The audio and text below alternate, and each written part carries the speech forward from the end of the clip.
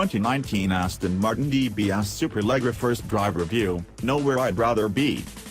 Berchtesgaden, Germany. The mountains at the border of Austria and Germany are full of rolling green fields bookended by tree-capped mountains. The roads that run along the mountainsides and valleys, despite being packed with tractors and a seemingly endless line of vacation travelers, are ripe with corners just waiting to be strung together. I'm standing on a hillside staring at the new Aston Martin DBS Superleggera when I realize there are few things I've ever wanted more than a V12-powered GT and a ribbon of clean pavement. The DBS Superleggera is the third new Aston Martin revealed this year, following the Vantage and DB11 AMR.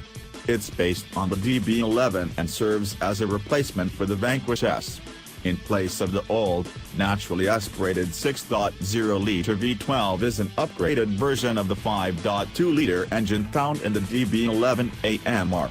In the DBS, the engine makes 715 horsepower and 664 pound-feet of torque, up 85 horses and the gut-punching 148 pound-feet over the DB11. The extra power comes mostly from an increase in boost from the two turbos.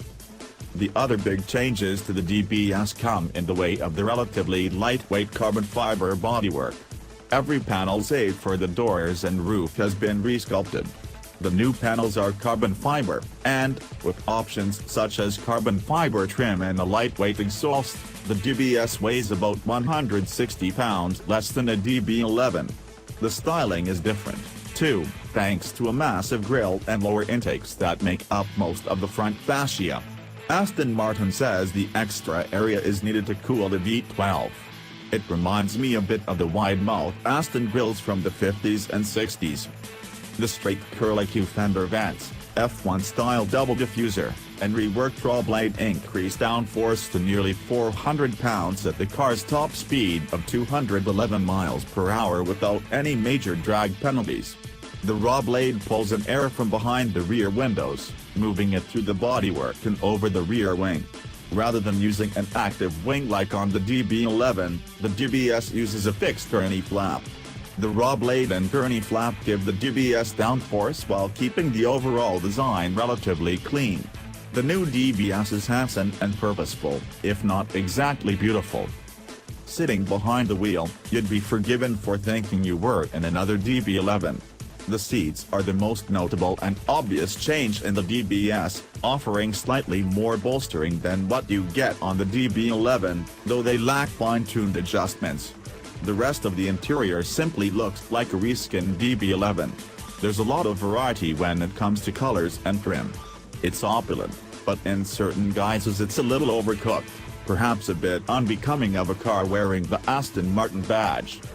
The switches look and feel premium, though the touch capacitive controls can be cumbersome. I also had an occasional issue getting the drive and suspension buttons on the steering wheel to register inputs. At least the Mercedes-Benz derived infotainment system functions well. Thanks to the extra power, the lightweight construction, and a shorter 2.39:1 final drive ratio, the DBS is quicker than the DB11 AMR, though not significantly so. The DBS hits 62 miles per hour in 3.4 seconds and 100 miles per hour in 6.4 seconds. You really feel the extreme in the engine's mid and upper range. Peak to work is available from 1,800 to 5,000 revolutions per minute. Acceleration is fierce but not immediate. There's a surprising amount of turbo lag for a car with this much power, even in the Sport Plus mode. Still, when it comes on strong and with purpose. Dip into the throttle and the V12 sings, roaring in that sweet and silky way only 12-cylinder engines can manage, though, like other cars with active exhaust, the note can be a bit on-off, with the exhaust going from quiet to loud instantly around 2,500 revolutions per minute. There's also a slight whine from the two turbochargers emanating from under the hood, though they don't do much to muffle the exhaust. As with most cars packing a variant of the ZF 8-speed automatic, shifts are quick and smooth, even in Sport Plus. The steering is quicker and lighter than you would expect from a car this size, but at least it's tight and precise, which does help shrink the car and makes it relatively easy to place into a corner. And while we're talking about shrinking, despite the name and weight loss program, you can't hide the DBS formidable dimensions. It's roughly the same size as the Ferrari 812 Superfast, though it's about 400 pounds heavier. The long wheelbase, 3 inches longer than the 812 Superfast, might make it less nimble in a corner but helps immensely with high-speed stability. Even so, on a big, winding mountain road like those found in the Bavarian and Austrian Alps, the DBS really comes alive. While the suspension is firmer than the DB11, it's on the softer side of sporty. The DBS uses a forged double wishbone design at the front and a multi-link system at the rear and sits a negligible 0.2 inches lower than the DB11. Front and rear camber have both been increased compared to the DB11 to help improve cornering stability. Adaptive damping is standard.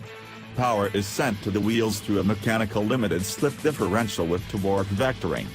Despite the improvements, the car's rear can still twitch slightly in a corner at a hard throttle.